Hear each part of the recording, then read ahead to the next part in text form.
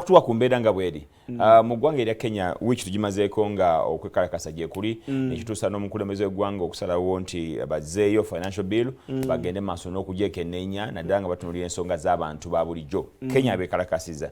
Kenya buli beekalakasa Uganda ekosebwa. Twagala tuwa ku kifaananyi. Ekifaananyi kankikuwe.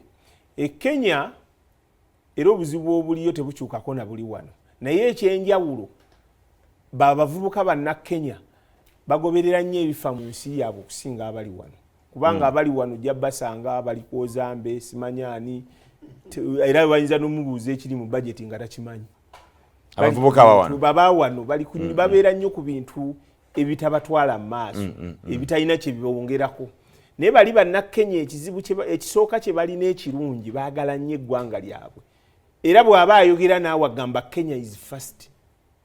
Okusinga ekintu kyonna Kenya yesooka. Kyova olaba nti babeeredde bangu nnyo okusitula eddoboozi lyabwe nga tebalina na muntu yenna abakulembedde okubaako kye bateekawo ate ne bakifunamu.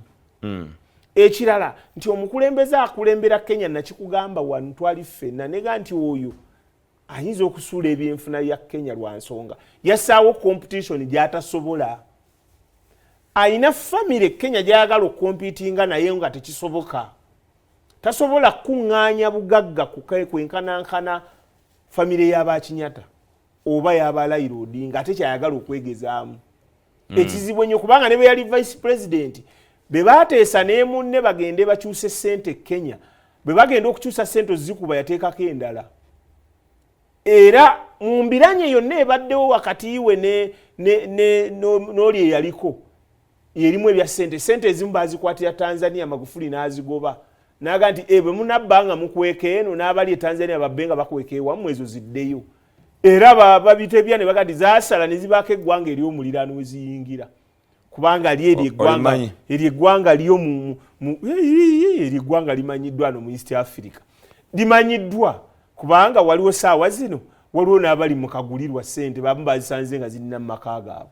Kati oyo yenkola ye bwe yali era akyali vice president Kenya yafunako obuzibu bwa sukaali. Amanye Kenya bafuna ekizibu oba kya sukaali basala ku muwendo omuntu gwe yandiguze buli muntu asobola okubeera nga afuna. Kati ye yadduka zambwa n'agenda e Brazil n'atikka sukaali. Bw'amuleeta n'ayagala akozese ekifo kye obutawa musolo president n'amugwamu ebbeeri ne bagikwata. Era sukaali oyo yamulema okuyingiza ne bakola ki ne bamuzzaayo n'atereka. Kati bw'afuna chance n'ajja mu buyinza n'aga nti kati guno omukisa gwenfunye nsobola ogukozesa nemba nga nange nteekawo okuvuganya nti famire ezimu nga ffe abakalangiini kubanga famire ya Moi wadde yalwa mu buyinza emyaka 21 naye teyakuŋŋaanya bugagga era kompitinga n'eno famire. Zino famire ebbiri. Kakati olwo kyabadde ayagala ogezaako okuguza okujjawo. Bw'akikoze ne beekalakaasa. Ffe nga Uganda tukoseddwa tutya? Ffe tukoseddwa waawano nti abantu ababadde balinayo ebintu n'ababadde bagenda ne basuubulayo baatudde. Era wiiki ezebbiri ebintu tebivudde Kenya kukola ki? Kuyingira Uganda. Naffe ebitundu Kenya ebiva wano nabyo tebikoze eki? Tebigenze. Kubanga tulina bye tuyisaawo nga tubitwala ku mwalo bigende naye tebikoze eki? Tebigenze. Kufiirwa kwa maanyi. Ate ffe tufiirwa nnyo n'okusinga bo kubanga dimandi gye tulina ate bo si gye balina ku ffe. Tujjayo amafuta dimandi gye tulina ku biva ewaabwe okujja wano n'okuyingiza kubanga okuva e Mombasa okujja wano osasula $4,400 container. Naye okuva e Dar es Salaam okujja e Uganda okuyisayo container Tanzania osasula $650 gwetwala nti waliwo enjawulo. Kubanga ne bw'oba okutte bukwasi kase kumutikka ku mmotoka muzzaayo ng'agenda mu nsi ndala omuyise Kenya sente z'omuteekako si z'omuteekako ng'omutwala e Tanzania. Kati n'ebirala ebitambula kubanga Kenya basinga okulya ennaanansi zaffe. Kuba ennaanansi waffe wano ze tulima zina testi nnyo okusinga ezaabwe. Amenvu gano agabbogoya ewaabwe bbogoya okwengera basaanika musaaniike naye ate wano waffe yeyengeza yekka kitegeeza nti bbogoya ali ku ttunzi nnyo eri.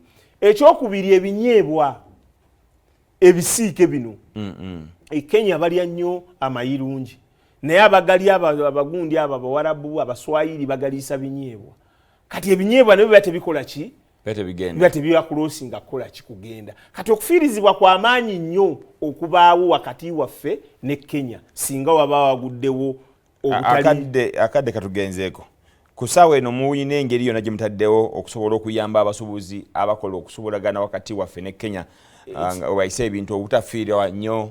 Ekisooka ekiriwo kwe kubagamba babeere beegendeeza basooke bagumiikirizeemu kubanga mu kwekalakaasa kuli okwaliwo nga balwanira obuyinza bannayuganda bangi nnyo ebintu byayokebwa naye tebaasasulwa n'emmotoka zaayokebwa ntebakolaki naye ku mulundi guno twabagambye nedda mugumiikirizeemu wabula okugumiikiriza bagenda kufiirwa kubanga abamu olwedde ebintu badde babitikka dda nga biri ku mmotoka kati ng'ennaanansi zivunda biseera bya musana ebbugumu ppitirivu amenvu ebyo ebyonooneka ebyo kubanga jjukira bbaasi ezayingiddeyo kumpi bbaasi nga 6 ebbiri zakomyewo ennya zakomyewo butereevu wano ezayingira zonna bazinyagulula ebintu byonna ebyali mu bbuutu n'ababalimu n'abaalimu ne babakubamu n'okubakubamu so sitwagala mbeera eyo esobole kukola ki kuddamu kwe kuwa abasuubuzi baffe amagezi basooke balindeko tulabe embeera ng'eddidde ddala mu nteeko era n'abalinayo ebintu nze omu